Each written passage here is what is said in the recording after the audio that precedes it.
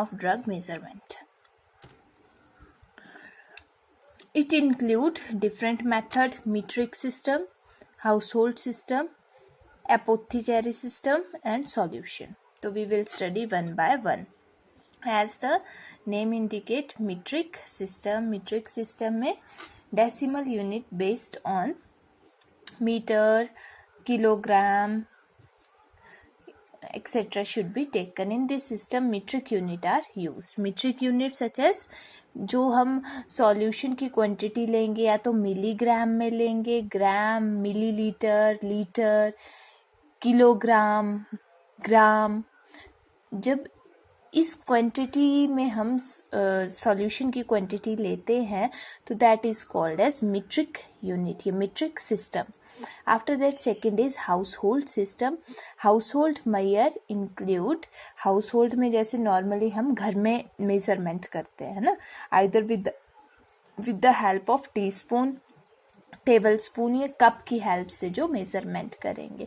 तो इसका main disadvantage ये है कि इससे इनएक्यूरेसी हो सकती है, क्योंकि घर में जो टेबल स्पून का साइज़ है वो बराबर तो नहीं हो सकता है ना, ये कप का साइज़ है बराबर तो नहीं हो सकता, तो इसकी वजह से इनएक्यूरेसी हो सकती है. फर्स्ट जो मेथड था that is metric system. Metric system में जो यूनिट लेते हैं हम, मीट्रिक यूनिट लेते हैं, वो सिमिलर होगा हर एक जगह पे. ही क्या होगा, सिमिलर होगा. अब जैसे कि मिलीग्राम में हम कोई चीज़ लेंगे, ग्राम, किलोग्राम, मिलीलीटर, लीटर, तो these are the unit of metric system.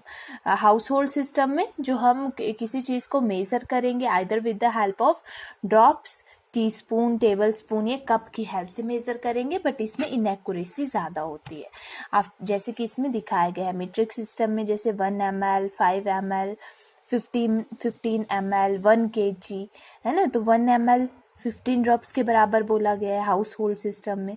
5 ml जो है quantity, it is equal to 1 teaspoon. 15 ml is equal to 1 tablespoon. But हर एक जगह पे टी स्पून, टेबल स्पून या कप का size बराबर नहीं हो सकता, तो इसमें इनएक्यूरेसी होता है.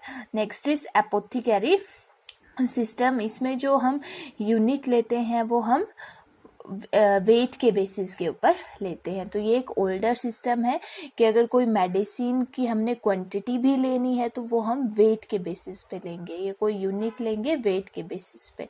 The basic unit of weight in the apothecary system is the grain and the basic unit of volume is minim. ठीक है, जो हम किसी चीज़ का वेट अगर मेजर करना है हमने ग्रेन की हेल्प से करेंगे. इसमें जो यूनिट है दैट इज डिफरेंट है ना, जो यूनिट है एपोथेकेरी सिस्टम में वो डिफरेंट है. अगर किसी का वेट वगैरह लेना है it is taken in grain.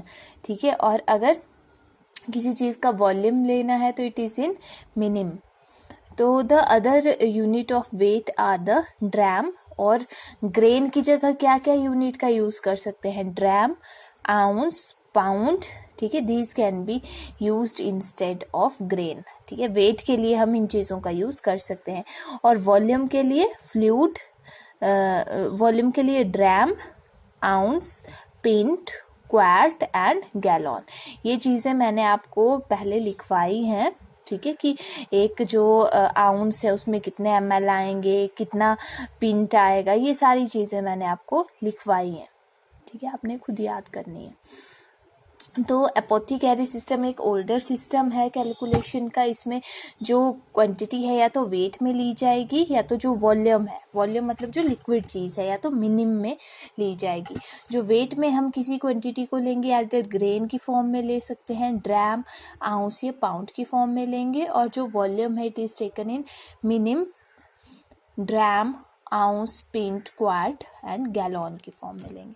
As shown here, जैसे कि 1 mg is equal to 1:60 grain. ठीक है, 1 gram is equal to 15 grain, 30 gram is equal to 1 ounce, 500 gram is equal to 1.1 pound, या 1 kg is equal to 2.2 pound. तो ये सारी quantities, ये metric system है और ये एपोथेकेरी सिस्टम है. या तो ये वेट की फॉर्म में लेंगे, वेट में ग्रेन, ड्राम, आउंस, पाउंड की फॉर्म में, या तो वॉल्यूम की फॉर्म में, इस फॉर्म में ले सकते हैं कि जो 4 लीटर जो वॉल्यूम है वाटर का it is equal to 1 gallon, 1 litre is equal to 1 quart, 500 ml is equal to 1 pint, 1 litre is equal to 2 pint, है ना। ऐसे मतलब ये चीज़ें याद करनी पड़ेंगी।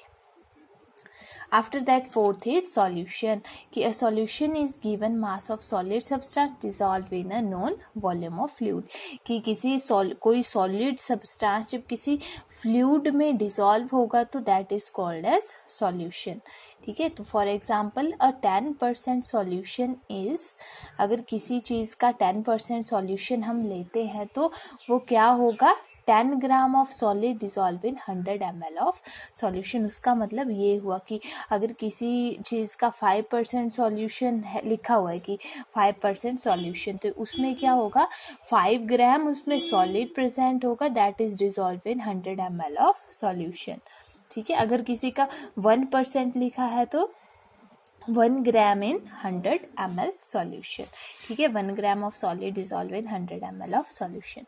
क्लियर हो गया। तो ये 4 सिस्टम थे,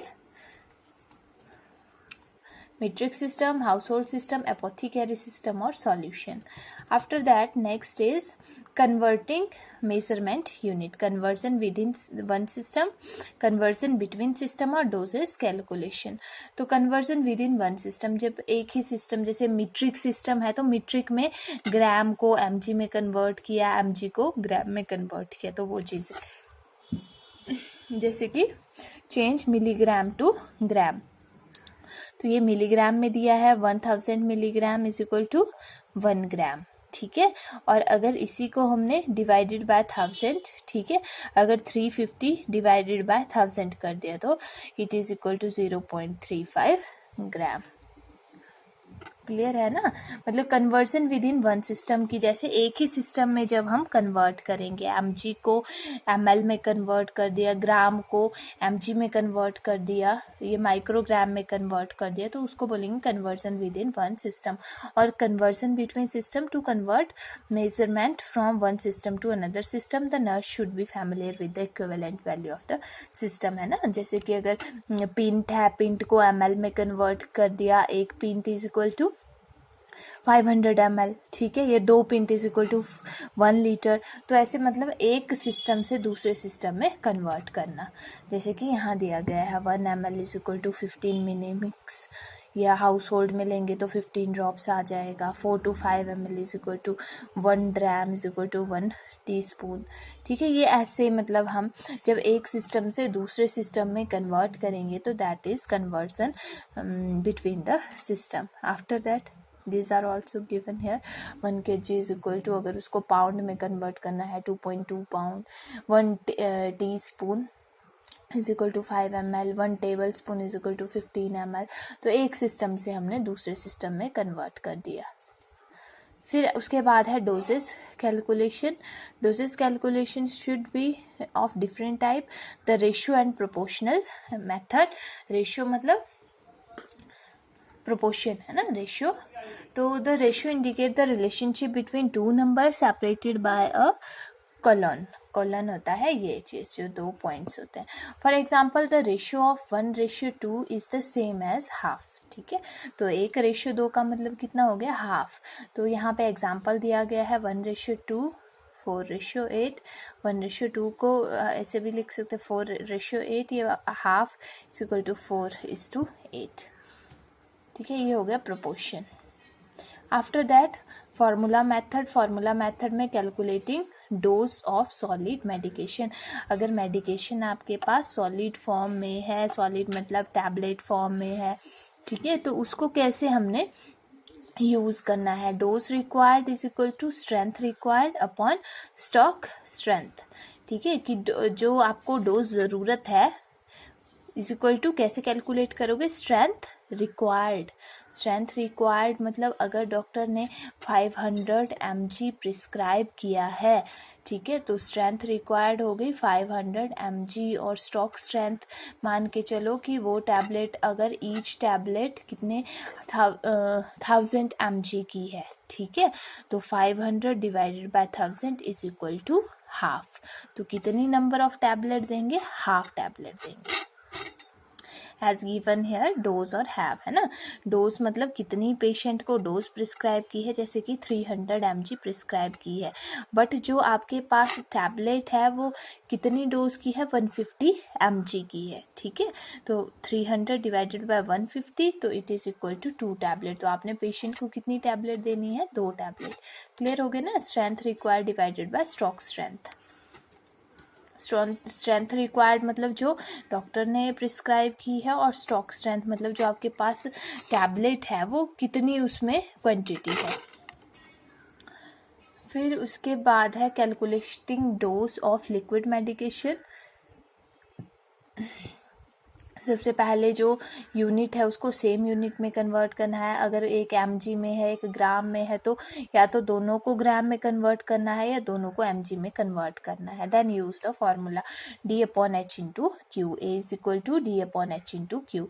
तो A is equal to amount required is equal to D है desire dose, H is dose in hand और Q is quantity. D is desired dose की जो फिजिशियन ने प्रिस्क्राइब की होगी, ठीक है, desired dose। और डोज इन हैंड की जो आपके पास आइदर जैसे सॉल्यूशन होता है या सिरप है ना, सिरप या तो सस्पेंशन है, ठीक है, उसमें कितनी डोज है कि जैसे लिखा होता है ना कि ईच ml कंटेन 250 mg या 100 mg ऑफ दैट मेडिकेशन। तो डोज इन हैंड, ठीक है, और क्वांटिटी कितनी है उसकी, ठीक है, क्वांटिटी मतलब ml में कितनी क्वांटिटी है।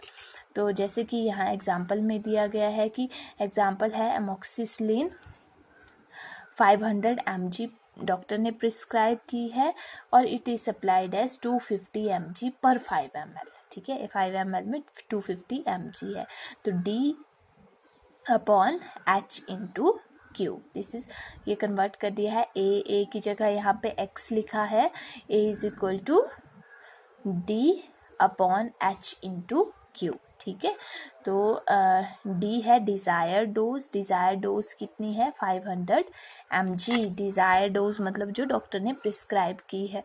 D/H, H है dose in hand, H is dose in hand, ठीक है। तो आपके हाथ में कितनी है 250 mg डोज है और क्वांटिटी है 5 ml, है ना, कि जो एमोक्सिलिन है वो आपके पास जो क्वांटिटी है उसकी वो 5 ml में 250 mg प्रेजेंट है, ठीक है। तो 250 mg divided by 5 ml is equal to 500 mg multiply by x। तो फिर 250 mg 500 के नीचे आ जाएगा, 250 250 2 सा 500, ठीक है, 2 यहाँ पे आया, 5 ml multiply by 2 is equal to 10 ml। तो जो डोज होगी that is 10 ml। You should learn this formula D/H into Q. D is desire dose, H is dose in hand and Q is quantity required, quantity in hand, sorry. फिर calculating drip rate, drip rate में जो formula है that is total volume to be given divided by time in hour multiply by 60, after that multiply यहाँ आना था, multiply by drop factor, ठीक है, multiply by drop factor. तो total volume to be given, मान के चलो कि जो वॉल्यूम है दैट इज 500 ml प्रिस्क्राइब किया है, टाइम है उसको देना है 4 घंटे में। तो drop factor can be taken like this, ठीक है। तो जैसे यहाँ पे दिखाया गया है कि जो वॉल्यूम है फ्लूइड का, जैसे कि ड्रिप लगना है पेशेंट को, बॉटल लगनी है ना, 500 ml उसका टोटल वॉल्यूम है और उसको 4 घंटे में पेशेंट को देना है, टाइम इन आवर है ना, 4 घंटे मल्टीप्लाई बाय 60, ठीक है, मल्टीप्लाई बाय ड्रॉप फैक्टर या तो हम 60 लेते हैं अगर माइक्रो ड्रिप है, ठीक है, और 15 लेंगे अगर मैक्रो ड्रिप है। तो as shown here total volume to be given divided by time in hour multiply by 60 multiply यहाँ आएगा, ठीक है, मल्टीप्लाई बाय ड्रॉप फैक्टर। तो drop factor is the drop per millilitre given to the patient, ठीक है। 1 ml में कितनी drops आएंगी। अगर मैक्रो सेट है तो 15 ड्रॉप फैक्टर लिखना है, अगर माइक्रो सेट है तो 60, क्योंकि जो माइक्रो सेट है उसमें 1 मिनट में 60 ड्रॉप्स जाते हैं, और जो मैक्रो सेट है उसमें 1 मिनट में एक जो ml है उसमें 15 ड्रॉप्स आएंगे, 1 मिनट में 1 ml में, है ना। This is micro drip. इसमें जो 1 ml जो क्वांटिटी है सॉल्यूशन की उसमें 60 ड्रॉप्स जाते हैं, ठीक है। और this is macro drip, 1 ml में 15 ड्रॉप्स जाएंगे। तो ये डिफरेंस है। तो आपने पहले चेक करना है कि माइक्रो ड्रिप है, मैक्रो ड्रिप है, उसी के बेसिस पे फिर आपने क्वांटिटी लिखनी है। क्लियर हो गया। Total volume to be given divided by time in hour multiply by 60, ठीक है। आफ्टर दैट ड्रॉप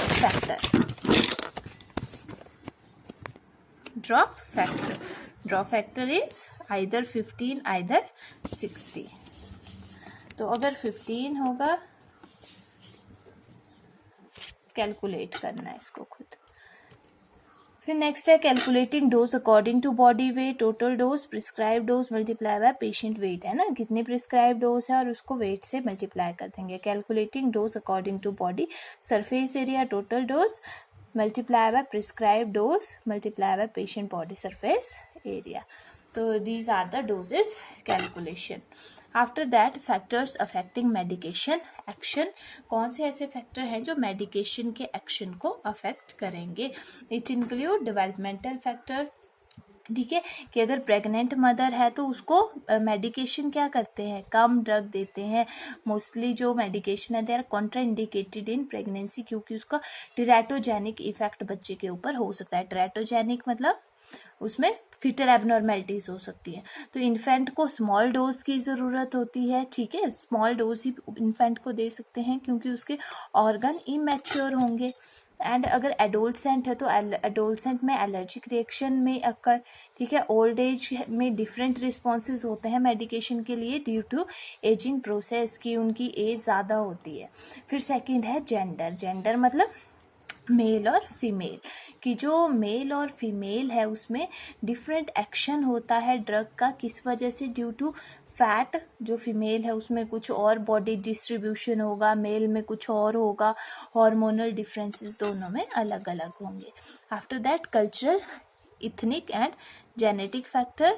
जेनेटिक जो एंजाइम है मतलब जो हेरिडिटरी है, कल्चरल फैक्टर अलग होंगे, जेनेटिक कॉन्स्टिट्यूशन अलग होगा जो ड्रग मेटाबॉलिज्म को अफेक्ट करता है।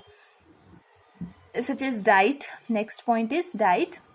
Nutrient can affect the action of medication. For example, vitamin K found in green leafy vegetable can counteract the effect of anticoagulants such as warfarin. है ना, अगर डाइट में मतलब विटामिन के लिया है और वारफेरिन ले रहे हैं एंटी कोगुलेंट, तो विटामिन के इसके एक्शन को अफेक्ट कर सकता है।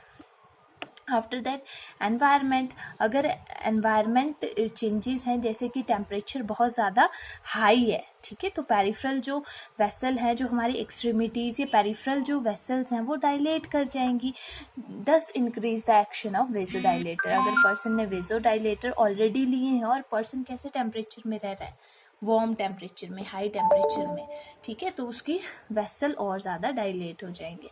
अ client who take a sedative, ठीक है, अगर पर्सन ने सेडेटिव या एनाल्जेसिक लिए हैं बट कैसे एनवायरनमेंट में है, नॉइसी एनवायरनमेंट में है, तो उसको बेनिफिट कम होगा, और एक पर्सन क्वाइट एनवायरनमेंट में है तो उसको उसका एक्शन ज़्यादा होगा। And psychological factor, a client expectation about what a drug can do can affect the response of the medication, है ना, कि जो पर्सन है, क्लाइंट है जो ड्रग ले रहा है, उसकी थिंकिंग कैसी है कि मैं ड्रग लेके ठीक हो जाऊंगा, मैं ठीक नहीं होऊंगा, तो उसकी साइकोलॉजी भी उस ड्रग के एक्शन को अफेक्ट करती है। After that illness and disease, drug action is altered in client with circulatory, liver और किडनी डिसफंक्शन। अगर पर्सन को किडनी प्रॉब्लम है, लीवर प्रॉब्लम है, तो ड्रग एक्शन ऑल्टर बेटर हो सकता है, प्रॉपर एक्शन नहीं हो पाएगा। और टाइम ऑफ एडमिनिस्ट्रेशन की कौन सा ड्रग कौन से रूट के थ्रू और कब दिया जा रहा है, तो वो उसके एक्शन को अफेक्ट करता है। After that, safety in administering medication. The safe and accurate administration of medication is one of the major responsibility of a nurse, है ना, कि जो पेशेंट को ड्रग दिए जा रहे हैं वो सेफली पेशेंट को जाए और एक्यूरेटली उसका एडमिनिस्ट्रेशन हो। तो ये किसके ऊपर डिपेंड करता है, एक नर्स के ऊपर ये चीज़ें डिपेंड करती हैं। तो सबसे पहले क्या करना है, फिजिशियन ऑर्डर चेक करने हैं कि फिजिशियन ने कौन से पेशेंट को कौन सी मेडिकेशन प्रिस्क्राइब की है, कौन से रूट के थ्रू एडमिनिस्टर की है। अगर नर्स को फिजिशियन ऑर्डर क्लियर नहीं है तो फिजिशियन को कंसल्ट करना है कि फिजिशियन ने क्या ऑर्डर प्रिस्क्राइब किए हैं। अगर टैबलेट पता नहीं चल रही है, रूट पता नहीं चल रहा है ना, तो फिजिशियन को कंसल्ट करना है। Consider the age and weight of the patient, ठीक है, पेशेंट की वेट और एज भी चेक करना है एडमिनिस्ट्रेशन करने से पहले। And the nurse must have thorough knowledge of the drug that is administered by the her, ठीक है, नॉलेज होना चाहिए। जो भी ड्रग आप एडमिनिस्टर कर रहे हो उस बारे में आपको कंप्लीट नॉलेज होना चाहिए। और ड्रग देने से पहले उसका कलर चेक करना है, ऑर्डर चेक करना है, कंसिस्टेंसी चेक करनी है। और follow 10 right and 3 check in drug administration, ये मैंने आपको करवाया है। 10 rights of drug administration and 3 checks कब करने हैं, ठीक है। तो ये आपने मोस्ट इम्पॉर्टेंट है, ध्यान रखना है, 10 राइट और 3 checks. Then calculate the drug doses accurately, जो मैंने आपको फॉर्मूलाज बताए हैं, D/H/Q या दूसरा सॉलिड फॉर्म वाला फॉर्मूला है ना, तो वो सारे आपको आने चाहिए। And calculate the drug doses accurately, ताकि जो ड्रग डोजेस कैलकुलेट हो वो एक्यूरेट हो, क्योंकि छोटे बच्चे को आप एडल्ट के बराबर डोज तो नहीं दे सकते ना, तो उसके लिए ड्रग डोजेस कैलकुलेट करना आना चाहिए। Identify the patient correctly, observe the symptom of overdoses, कुछ जो ड्रग्स होते हैं उसमें सीरम कंसंट्रेशन भी चेक करना पड़ता है ना, जैसे डिजॉक्सिन का मैंने एग्जांपल दिया था आपको। तो ओवरडोज के लिए भी चेक करना है पेशेंट को, कहीं ओवरडोज तो नहीं हो रहा। और अगर ज़्यादा ड्रग हैं तो 1 बाय 1 पेशेंट को ड्रग देने हैं, इकट्ठे सारे ड्रग इकट्ठे नहीं देने हैं। Stay with patient until he has taken the medicine completely, जब तक पेशेंट कंप्लीट मेडिकेशन ना ले ले तब तक पेशेंट के साथ ही रुकना है। एंड पेशेंट को मेडिसिन के साथ नहीं छोड़ना है, मतलब उसको ऐसा नहीं बोलना है कि आप खुद खा लेना, है ना। तो पेशेंट जब तक मेडिसिन नहीं खाता है तब तक पेशेंट के साथ ही रुकना है। After that, the nurse should always assess the client health status and obtain a medication history prior to giving any medication, ठीक है। मेडिसिन देने से पहले भी अगर पेशेंट की जो हेल्थ स्टेटस है वो चेक करना है, और पेशेंट से हिस्ट्री लेनी है कि कोई ड्रग उसने पहले लिया तो नहीं है, या उस ड्रग से उसको कोई एलर्जी तो नहीं हुई, ठीक है, वो हिस्ट्री पेशेंट की लेनी है। The nurse should clarify with the client any side effect, adverse effect, allergic responses due to medication, और ये भी कंसल्ट करना है कि मेडिसिन लेने के बाद पेशेंट को कोई एडवर्स रिएक्शन तो नहीं हुआ, साइड इफेक्ट तो नहीं हुआ, कोई एलर्जिक रिएक्शन तो नहीं हुई, या इडियोसिंक्रेटिक इफेक्ट तो नहीं हुआ। ये सारी